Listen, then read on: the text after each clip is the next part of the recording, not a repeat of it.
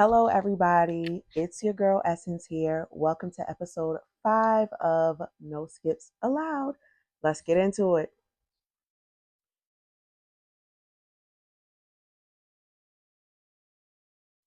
So, this week, this group I actually came across like a couple weeks ago, never heard of them before. I actually just randomly found them on my Instagram. I have been building the No Skips Allowed Instagram's algorithm brick by brick, as the newest social term is. And I have been just opening my algorithm to everything music, whether it's just music, people painting or building sculptures with music in the background. Like, I've built it, and I was fortunate enough to come across this group. And I know I'm not the only, I know I'm not like, it's not a lot of us that have never heard of these people before. Um, but I was very excited when I listened to them for the first time. And I actually was going to do a different album. And one of our track titans was like, well, listen to a song on this album and let me know how you feel. And so I couldn't choose between those two. So then I chose the one in between that I've never heard before. And so this week we have Durand Jones and the Indications, and we reviewed Private Space. Um, Durand Jones and the Indications are pretty much a retro soul band. They are like a vintage R&B type of vibe. It's heavy 60s feel. It's given like I'm listening to them in the car on my way to go see Dreamgirls perform. Like, it's just a thing. It's made up of the frontman, Durand Jones, of course. You have Kyle on bass, Aaron on drums, Justin on keys, and Blake on guitar. And the only reason I'm not saying their last names because I don't want to screw any of them up. So everybody gets first name treatment. I love you guys. So I did something a little different on the group chat this week. I wanted to focus on Private Space, but because I was so indecisive on whether to do American Love Call or Flowers, which were the two albums that I couldn't choose between. I was like, y'all, let's just listen to all three. Focus on Private Space. If you have an extra time during the week, just take a little, listen to either one or both of the other albums, and let's compare the sounds, especially because, as artists release, their sound changes. Not their brand sound, but, new sounds come out with the new sound waves come out. There might be different vibes, different times, different things happening in the world that may inspire them differently, and it may come out differently. So I was like, I want to try to like compare as best as we can. So let's get into some of that. Let's off dome fave tracks. You already know the deal. That's one of our favorite questions around here.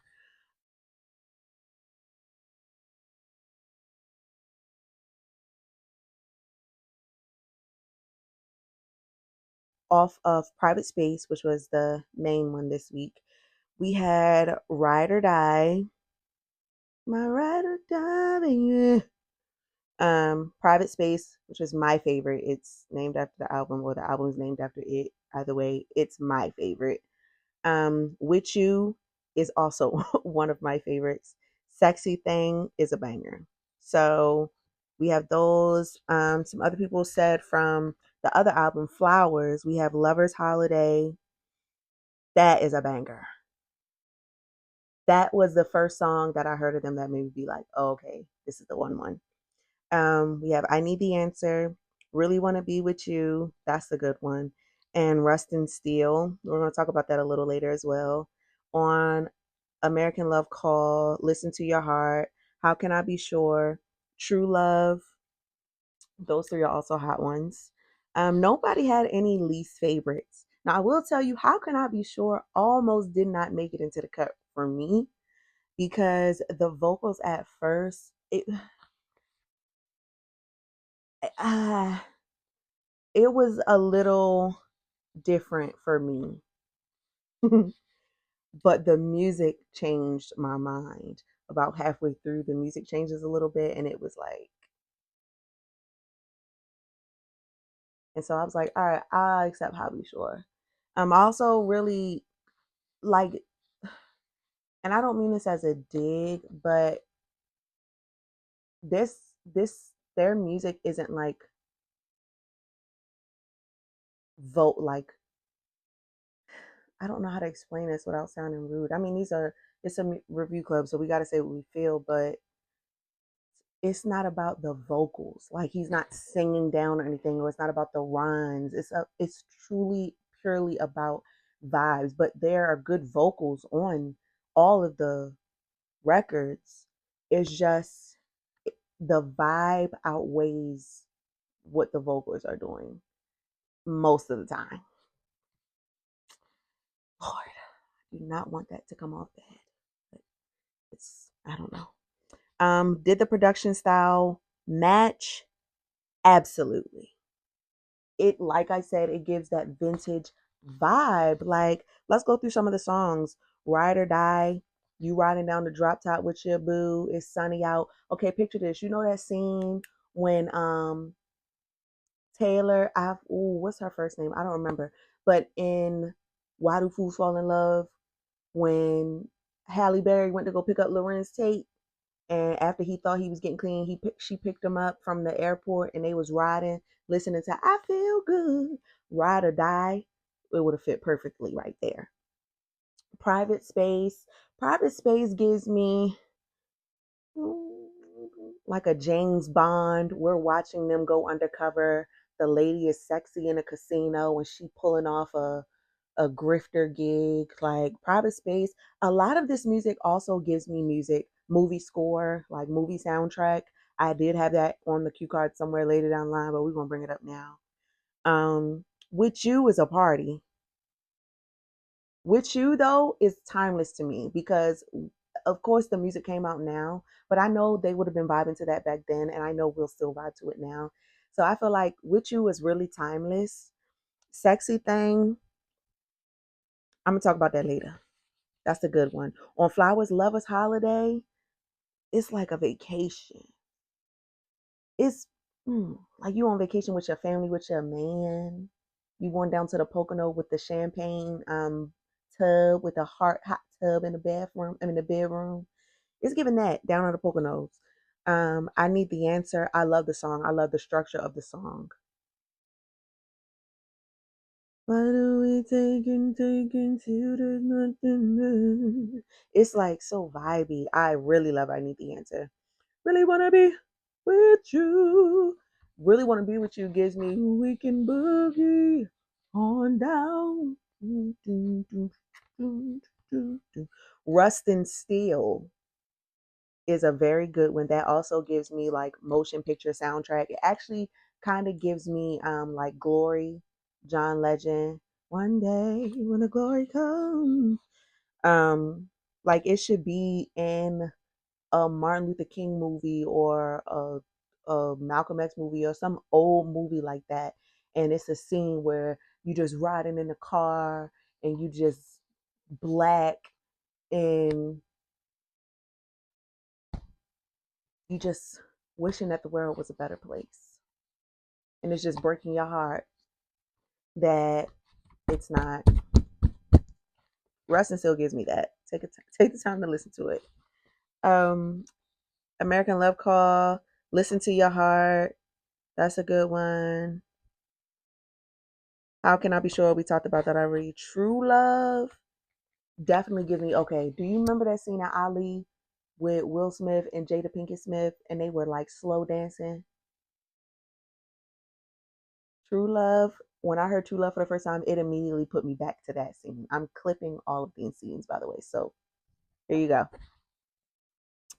Um, would you recommend? Everybody would recommend this. I would recommend all three. Um, especially if you only heard one, listen to all of them. They actually have a self-titled one that released in 2015 or 2016. I think I have not listened to it yet, but it is on my to-do list. But I've listened to 3 out of 4 of their albums, so I'm off to a good start. I also went and looked at how many favorites I had on each album. And so the album with the most favorites for me personally was Flowers. That was their most recent album. I believe it came out in 25, if not 25, 24, but I feel like it was 25. And Excuse me. Um, then the next one behind that was Private Space, and then American Love Call was the one with the least favorites. Like I started them on Apple Music, which was very telling to me, which means the more their sound progressed, the more I fell in love with it. Especially Flowers is the first one I heard, and it also could be a bias thing because Flowers is the first one I heard, but I've listened to these three over and over and over.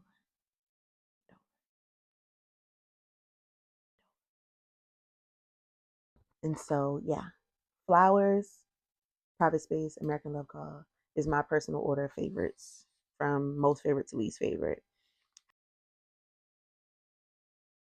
Some of our track titans said old school vibes, teenage love affair vibes. That Alicia Keys video, absolutely. It's this album was so positive. Even like the slower songs, or maybe like the little heartbreaker, oh I miss you songs. It still wasn't like dark. There was nothing dark about any of their records to me on any of the projects. I really love that. Like I could just I listen to all of them straight through. Nothing I really skipped, whether I favorited it, the specific song or not. I really didn't skip anything. Um, so the project really made me feel really good, made me feel really relaxed. It felt like I was sitting in the 60s, or I was sitting in like a vintage movie or a vintage rom-com or something like that.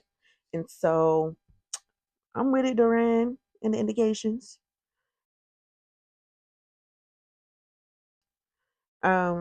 No skips. Everybody say yes. There were no skips. Go team. We know how I feel about that every week.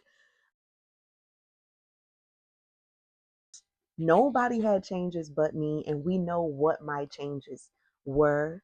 We know what they're going to be every week. The day that I don't have this specific change, I'm going to cash app somebody $5. It hasn't happened yet. So my change would be like specifically on Sexy Thing, add Robin Thicke. Because as soon as Sexy Thing started, it gave me that era where he did Blurred Lines. Yeah. Also features Lucky Day. Lucky Day loves all that type of stuff.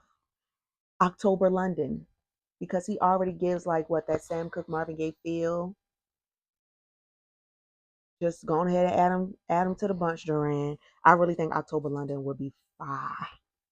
But definitely Robin Thicke on Sexy Thing. Um, I do want to talk about a couple of songs. Paradise from the Flowers album, the bass line gives Sylvia Strickland's Can't Turn Me Away a little bit. Let me play it. Let me see if I can play it. I don't know if my mic is going to pick it up, but we can try. Um,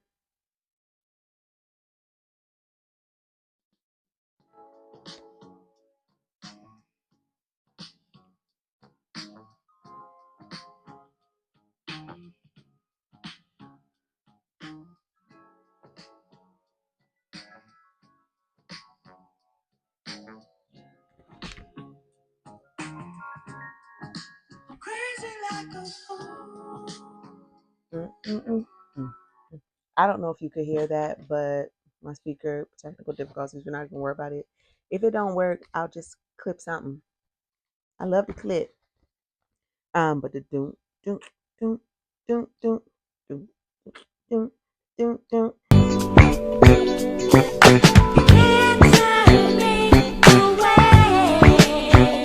which also was Erica Badu did that a little bit too. The can't turn me away.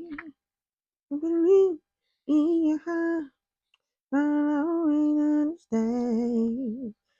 So that kind of gave me that. I love Paradise. And Paradise runs right into my favorite, Lover's Holiday. Russ and Steel, talked about that. Gives me more like a movie soundtrack, a movie score, like Glory. John Legend, was that Common? I used to love that song. And then it also gives me like how does it make me feel? I feel like I said, I'm in that specific setting, the 60s era, that vintage R&B. Silk Sonic comes to mind. Like I could see Duran opening up for a Silk Sonic tour or Silk Sonic concert.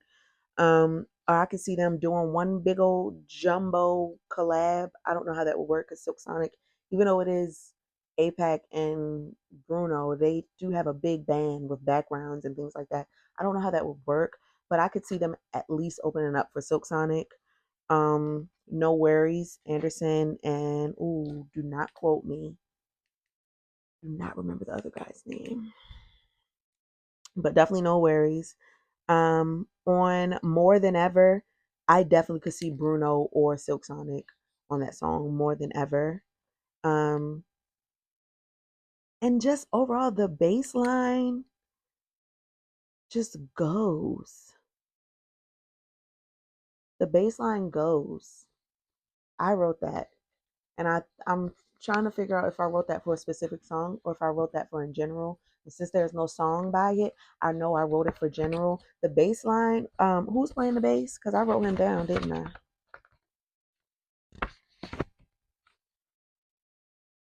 Kyle Hope. Hop. Oh, Kyle, I'm so sorry. Houpt. I don't know how to spell pronounce that, but let me tell you something. You remind me of John Deacon, and I don't know if you studied him. I don't know if you know who that is. I would hope so because a lot of times in groups like this, the musicians know the legends. If you don't know who John Deacon is, he was the bassist in the group Queen. That's one of my all-time favorite groups in the world. Favorite bands, the best. Brian on the guitar. First of all, Freddie Mercury, but the bassist Kyle. You definitely remind me of John Deacon, and I hope you take that as the biggest warm compliment that you've ever gotten because he's one of the best bassists in the world. Also, this kind of gives me like a Solange disco era like vibe as well, like Sandcastle Disco and like the I Decided vibe. Definitely. Oh, the bass on Sandcastle Disco. Wanna know when the sunshine. Oh, baby, let this harmony end. Sea of Love. Anderson Pack rapping on that would have taken it to an extra level. And what would have taken that next level to an extra next level would have been giving it the energy of With You. With You was such a party vibe. And Sea of Love is like a cool, like beachy vibe. But if you would have added like Anderson Pack on some like smoking out the window type vibe and then up the energy a little bit, yeah. Um, and that's pretty much it. Did something happen with my TV? Something always happens with the TV every episode. I don't know how to fix it. Um, that was pretty much it. I really enjoyed this group. I really did. And I love listening to all of the projects, all three of them, and kind of like comparing them, seeing how their musical journey has been. And they've stayed true to themselves as a band, but the sounds have been different. Like I could point some different sounds. Like I don't recall there being a song like With You on the other two albums, even though With You was in the middle. But Lovers Lover's Holiday is just such a it's like a modern 60s song. Well, okay. Each album has to be a modern vintage vibe because it's coming out now, but it's literally a modern vintage song. Like I want to put on my high waist bathing suit with my big like round oval glasses, have like a cute pin up and just lay on the beach and watch people play volleyball. Like I am a very visual person. So I think too with each week listening to all this music, I can see things, um, which is really cool. I don't know if artists, uh, when they go into the studio and decide to record a lot of their bodies of work, if they're like, I want my consumers to visualize, whether they visualize what I'm trying to project, or whatever the song means to them. I want them to visualize that in there. Whatever it is, I always see, almost every song I listen to, I visualize something. So this was really cool. And like I said, I'm going to end this episode like this all the time. I want to thank God for placing this idea on my heart. We are at week 5 going into week 6, and I cannot wait to keep going and growing and seeing how far this takes me.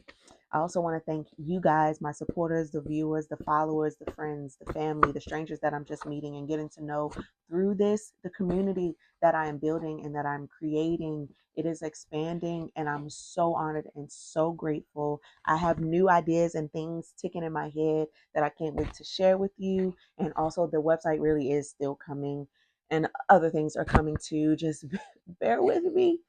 Um, Make sure you follow us on all social media platforms at No Skips Allowed, Skips with a Z. On TikTok, it is a underscore after, but everything else, YouTube, Facebook, Instagram, Threads. Did I miss anything? I don't think so. All of those, No Skips Allowed, as is, no dots or underscores. And I think now it's time to draw the album for week 6. So I said I would handle all of March, and come April, we would draw. So every single album recommendation that has come through in the member intake forms, I wrote them on a little piece of paper and I put them in this bowl. I have about 4 or 5 blank spots. The blank spots will be for me to pick. I only got 5.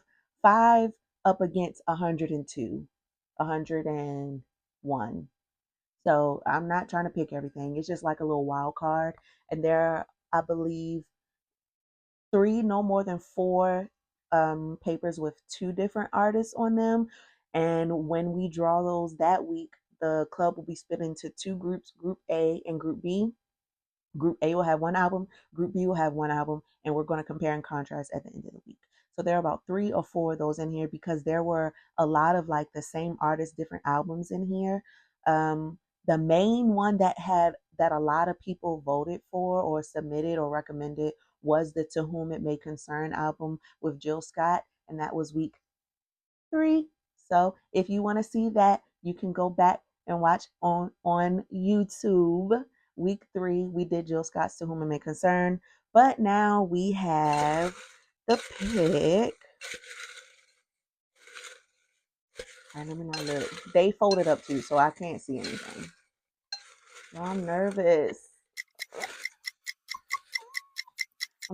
Y'all, I cannot pick. Okay.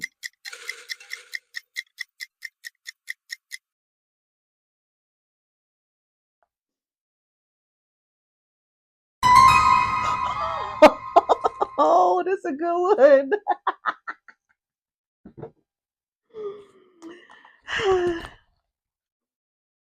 If you want to see it, you got to join the club.